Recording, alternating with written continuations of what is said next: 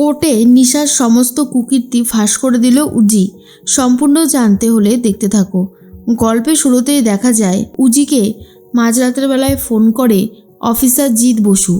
এরপর জিৎ বসুর সাথে ফোনে কথা বলতে শুরু করে উজি। জিৎ বলে, আপনার দিদি খাওয়া দাওয়া করছে না, যেভাবেই হোক ওনাকে কিছু খাওয়ানোর ব্যবস্থা করুন আর ওনার মুখ থেকে সত্যি কথা বার করার চেষ্টা করুন। মহারানী উনি, তাই না? অনলাইন স্ক্যামিংগুলো উনি বেশ ভালোই পারেন। আমরা খোঁজ নিয়েছি আসানসোলে উনি এরকম অনেকই অনলাইন স্ক্যামিং করত, তাই আমাদেরকে মিথ্যে কথা বলে কিন্তু কোনো লাভ হবে না। আপনি যদি আপনার দিদিকে বাঁচাতে চান তাহলে অন্তত ওর মুখ থেকে সমস্ত সত্যিটা স্বীকার করান, না হলে এরপর যেটা হতে চলেছে সেটা খুব একটা ভালো কিছু হবে না। উজি তখন বলে, না না, আমার দিদির কোনো ক্ষতি হতে দেবেন না। আমি আমার বাবা মা দাদা সবাইকে হারিয়েছি।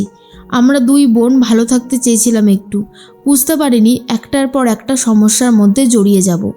তার মধ্যেই তখনই উজি তাড়াহুড়ো করে খাবার নিয়ে চলে যায় নিশার কাছে আর বলে, তুই যা যা খেতে ভালোবাসিস আমি সবটাই রান্না করে নিয়ে এসেছি।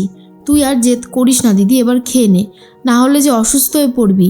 নিশা তখন বলে, আমি যদি অসুস্থ হই তাহলে তোর কি হবে? হ্যাঁ, তোর তো কিছুই হবে না। তুই শুধুই আমাকে নিয়ে ভাবছিস, আমাকে নিয়ে আর এত ভাবিস না। এরপর উজিকে তখন নিশা বাইরে বার করে দিতে চায়, কিন্তু উজি নিশাকে খাবার খাইয়ে দেয় আর বলে, দিদি এখনও সময় আছে।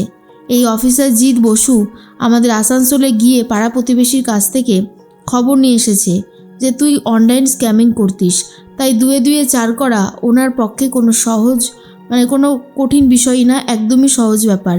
তুই যদি স্বীকার করে নিস তাহলে সাজা কিছুটা কম হলেও হতে পারে, কিন্তু তুই যদি স্বীকার না করিস তাহলে তো যাবজ্জীবন পর্যন্ত হয়ে যেতে পারে। কি বলেছি বুঝতে পারছিস? নিশা তখন বলে, এই শোন, আমাকে না একদম জ্ঞান দিতে আসবি না। তোর যা ইচ্ছা তুই ভাবতে পারিস আর আমার যা ইচ্ছা আমি সেটাই করব। আমাকে কেউ আটকে রাখতে পারবে না। নিশা মিত্রকে জেলের মধ্যে আটকে রাখা অতটাও সহজ ব্যাপার নয়। আমি সব কিছু সামলাতে পারবো। নিশ্চয়ই তোকে অফিসার জিৎ পাঠিয়েছে এই আমাকে দিয়ে সত্যিটা স্বীকার করানোর জন্য, কিন্তু উনি হয়তো ভুলে গেছেন যে আমি তোর দিদি, আমি একাই সব কিছু করে উঠতে পারবো। উজি অনেকবার বোঝানোর চেষ্টা করে, কিন্তু আলটিমেটলি কোনো লাভ হয় না। বুঝতে চাই না নিশা। তারপরে উজি খুবই কান্নাকাটি করে। জিৎ বসু বলে, কি পারলেন আপনার দিদিকে বোঝাতে? দেখুন, এইবার যদি উনি না বোঝেন তাহলে কিন্তু ওনাকে কোর্টে তোলা হবে আর কেসটা কিন্তু একেবারে ওনার বিরুদ্ধেই যাবে। ওনার হয়তো শাস্তি হয়ে যেতে পারে। সেই জন্যই আমি ওনাকে সামলানোর দায়িত্ব দিয়েছিলাম আপনাকে। তখন উজি বলে, আমি অনেক চেষ্টা করেছি, কিন্তু যদি একান্তই না মানে তাহলে আমার আর কিচ্ছু করবার নেই। এদিকে ঐশী, শঙ্খ আর দুর্জয় মিলে প্ল্যান করতে শুরু করে দেয়। ঐশী তখন কথা বলতে থাকে দুর্জয়ের সাথে। দুর্জয় বলে, এটাই হচ্ছে সবথেকে বড় সুযোগ।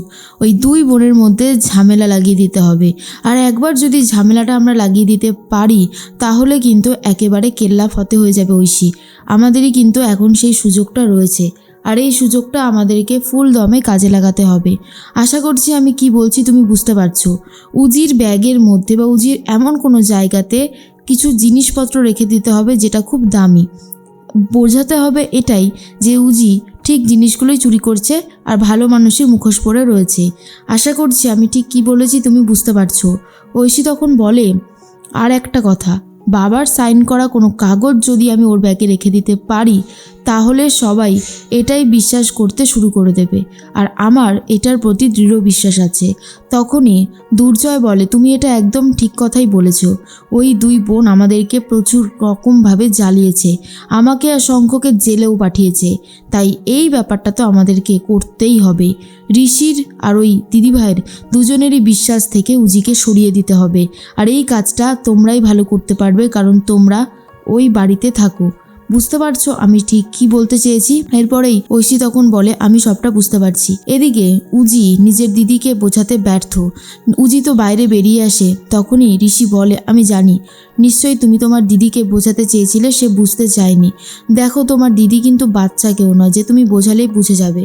আমার মনে হয় ওনাকে একটু সময় দেওয়া উচিত।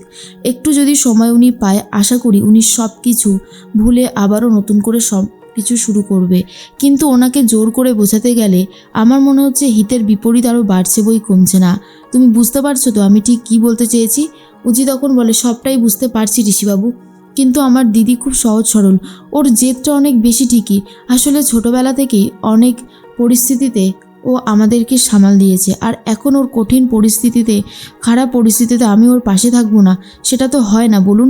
তাই আমি নিজের যতটুকু আছে সবটুকু দিয়ে চেষ্টা করছিলাম যদি দিদিকে বাঁচানো যায়, কিন্তু দিদি যদি এরকম করতে থাকে তাহলে দিদিকে বাঁচানোটা মোটেও সহজ কাজ হবে না। ঋষি বলে, আমি জানি তুমি পারবে, তোমার ওপর সেই ভরসার বিশ্বাস আমার আছে।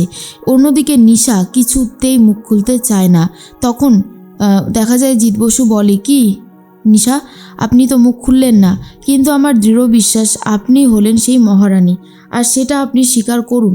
যত তাড়াতাড়ি স্বীকার করবেন তত তাড়াতাড়ি আপনার জন্য ভালো, আর যদি স্বীকার না করেন সেক্ষেত্রে কিন্তু আপনার জীবনে নেমে আসবে ভয়ঙ্কর বিপর্যয়, কারণ আপনার যাবজ্জীবন হওয়া থেকে কেউ আটকে রাখতে পারবে না। নিশা তখন বলে, যাবজ্জীবনটা কার হবে? আমার তো। তাহলে আপনিই বা এত মাথা ঘামাচ্ছেন কেন আমি বুঝতে পারছি না। আপনার তো এ বিষয়ে কোনো মাথা ঘামানোর দরকারই নেই, যা হবার হতে দিন, আপনি শুধু সবটা দেখে নিন, তাহলেই হয়ে যায়। এদিকে উজির মনটা ভীষণই খারাপ। উজি কি করবে নিজেই বুঝে উঠতে পারছে না। এরপর বাড়ি ফিরে যায়, কিন্তু ঋষি বুঝতে পারে যে উজির মনটা ভালো নেই। উজি তার দিদিকে নিয়ে যথেষ্ট চিন্তিত রয়েছে। এরপরে ঐশী, দুর্জয় আর শঙ্খ তিনজন মিলে উজিকে ফাঁসানোর প্ল্যান করতে থাকে। সমস্ত প্ল্যান সফল হওয়ার চেষ্টা করতে থাকে ঐশী, আর ভাবে যেভাবেই হোক ওই মেয়েটাকে বাড়ি থেকে বার করতে হবে। এরপর মেশোকে জিজ্ঞেস করে, আচ্ছা মেশো, তুমি একটা কথা বলো তো, তোমার ক্যান্সার ঠিক হয়ে গেছে? মানে তুমি ডাক্তার দেখাচ্ছ, চেক আপে যাচ্ছ? দুর্জয় তো জানে পুরোটাই ভাউতাবাজি, আসলেই কোনো ক্যান্সার হয়ইনি দুর্জয়ের, পুরোটাই মিথ্যে একটা নাটক শুরু করেছে দুর্জয়। দুর্জয় তখন বলে, হ্যাঁ আমাকে নিয়ে ভেবো না, আমি একদম ঠিক আছি, আমার কোনো রকমের কোনো অসুবিধা হচ্ছে না। অসুবিধা হচ্ছে ওই যাদেরকে নিয়ে, তাদেরকেই তো সরাতে চাইছি, কারণ তারা যদি না সরে তাহলে আমি কখনো শান্তিতে থাকতে পারবো না, সেই জন্যই ভাবছি যত তাড়াতাড়ি ওদেরকে সরানো যায়। এদিকে বাড়িতে পুজোর আয়োজন শুরু হয়ে গেছে।